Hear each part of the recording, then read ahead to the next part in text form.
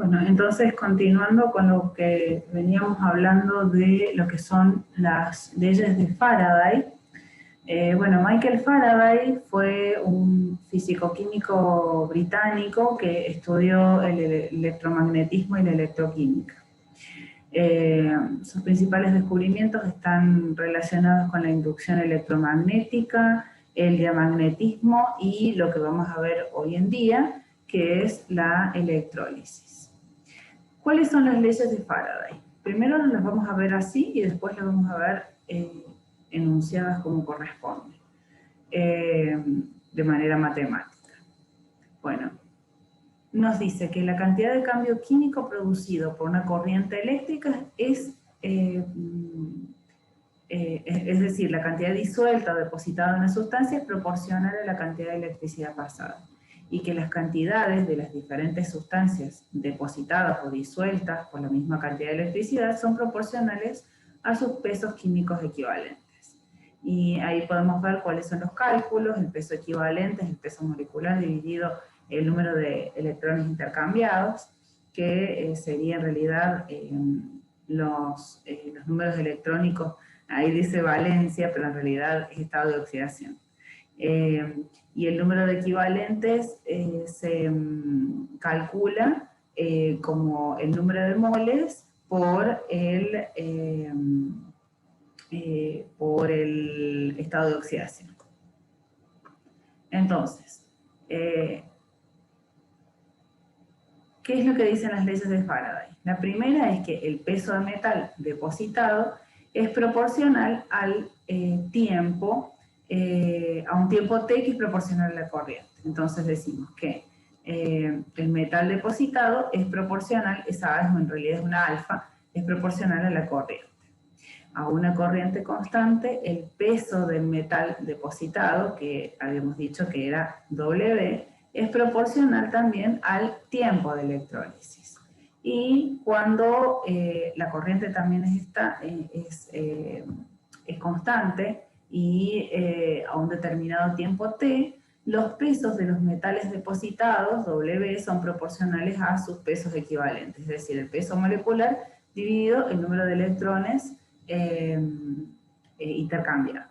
¿Está bien? Entonces, la expresión derivada de todas estas leyes, de estos postulados, sería W igual a corriente por tiempo por peso molecular dividido la constante de Faraday, que es 96.500 coulombios, por el número de electrones intercambiados. También tenemos que recordar lo que es la definición de electrolitos y la ley de Ohm. Un electrolito es cualquier líquido en el cual exista un libre movimiento de iones que se comporta como un conductor de electricidad, justamente por este movimiento de iones y electrones que están presentes en la sustancia. Y las soluciones, como los conductores metálicos, también obedecen a la ley de Ohm, que es E igual a I por R, donde E corresponde a la fuerza electromotriz, que está expresada en volts, igual a I, que es la intensidad de corriente, que está expresada en amperes, y R, que es la resistencia del conductor, expresada en ohms. Que bueno, ahí dice W, que parece watts, pero en realidad debería ir un omega. Entonces, también tenemos que definir lo que es la fuerza electromotriz de una pila, que se escribe como FEM, F-E-M, que es la diferencia de voltaje entre el cátodo y el ánodo a producirse en la reacción, y da una idea, digamos, de la tendencia a producirse de la reacción. En este caso, de vuelta, lo que hacemos es una diferencia entre las celdas galvánicas y las celdas electrolíticas, porque bueno, en las celdas galvánicas dijimos que la reacción era espontánea, y la FEM tiene un símbolo positivo, mientras que en las celdas electrolíticas, está mal traducido ahí, no es células, sino que celdas, nada más que en inglés se dice cells, entonces puede ser traducido como celdas o células. Las celdas electrolíticas, dijimos que tiene un delta G positivo, es decir que la reacción química no es espontánea, necesitan de un impulso externo para producirse, y la FEM tiene signo negativo. Entonces, lo más importante es disponer de potenciales para cada semireacción, y combinándolos podríamos tener la fuerza electromotriz de una pila. Lo que no podemos medir son voltajes absolutos, sino que en realidad lo que hacemos es medir diferenciales de voltaje. Entonces se tiene que elegir un electrodo de referencia que se utiliza, digamos, justamente para comparar el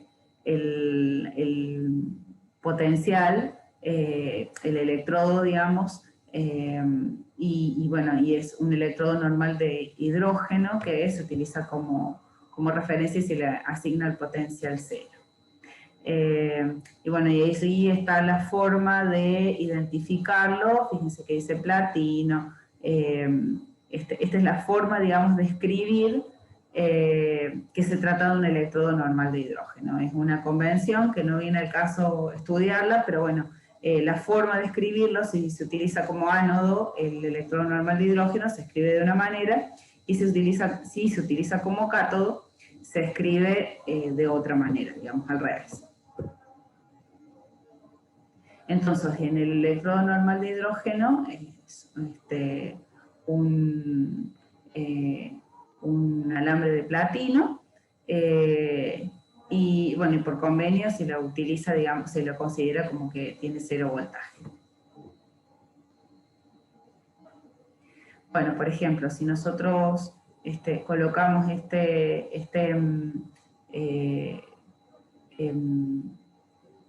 electrodo de referencia y justamente midiendo la diferencia con otro electrodo, se obtiene el potencial de reducción de todos los pares redox. Y allí hay un ejemplo. Por ejemplo, si utilizamos un cátodo de cobre, vamos a tener un potencial de 0,34 volts. Si utilizamos, en este caso, un ánodo de zinc, el potencial va a ser, el zinc se oxida, por lo tanto el potencial va a ser negativo, el potencial de reducción es de 0,76 volts. Entonces, ¿qué es lo que pasa? Con respecto a la migración de iones, los iones no migran a la misma velocidad hacia el ánodo y el cátodo. Los iones en solución están hidratados, y cuanto más pequeño obviamente sea el tamaño del ion, más fácil va a ser desplazarse, más fuerte es el cambio más fuerte es el campo electrostático a su alrededor, porque tiene mayor atracción de dipolos con el agua y va a ser más difícil de desplazarse. Entonces, por ejemplo, la hidratación disminuye debido a que, por ejemplo, el litio es bastante chiquitito comparado con el sodio y con el potasio. Y cuanto más hidratado esté el ion, más lenta, obviamente, va a ser la migración. Es decir, que mientras más chiquito sea, mayor atracción va a tener con los dipolos del agua y más difícil va a ser su desplazamiento a través del electrolito. ¿Qué pasa con la descarga de iones? La aplicación de un potencial eléctrico provoca movimientos de iones, y el movimiento de electrones desde el ánodo al cátodo también por fuera de la celda. Entonces, por ejemplo, ahí tenemos algunos ejemplos de aniones que suministran electrones, y también tenemos la remoción de electrones que ocurre en el cátodo, y allí hay unos ejemplos. Los cationes se descargan antes, los cationes que se descargan antes son los que presentan el mayor potencial de reducción, el cual corresponde al menor potencial de oxidación.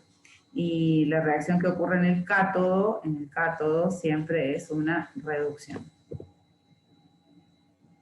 El comportamiento en un ánodo es similar al que ocurre en un cátodo, y el proceso que está asociado al mayor cambio de energía libre negativa es obviamente el que se va a producir primero, sea el de disolución del ánodo para formar cationes o bien el de descarga de aniones.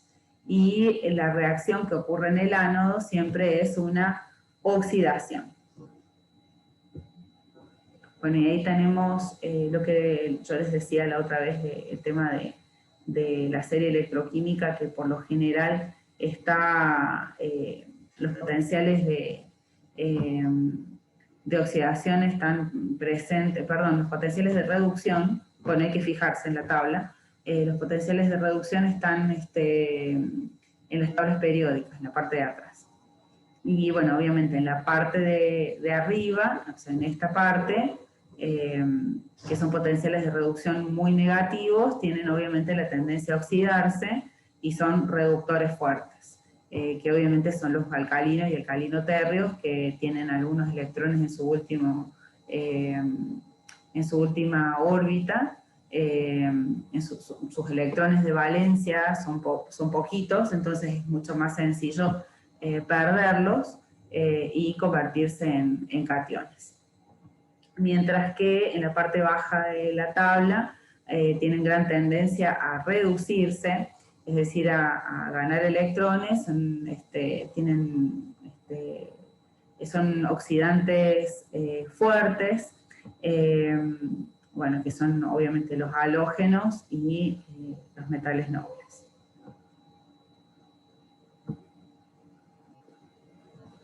Entonces, vamos un poquito con lo que es a describir un poco más de lo que es la serie electroquímica.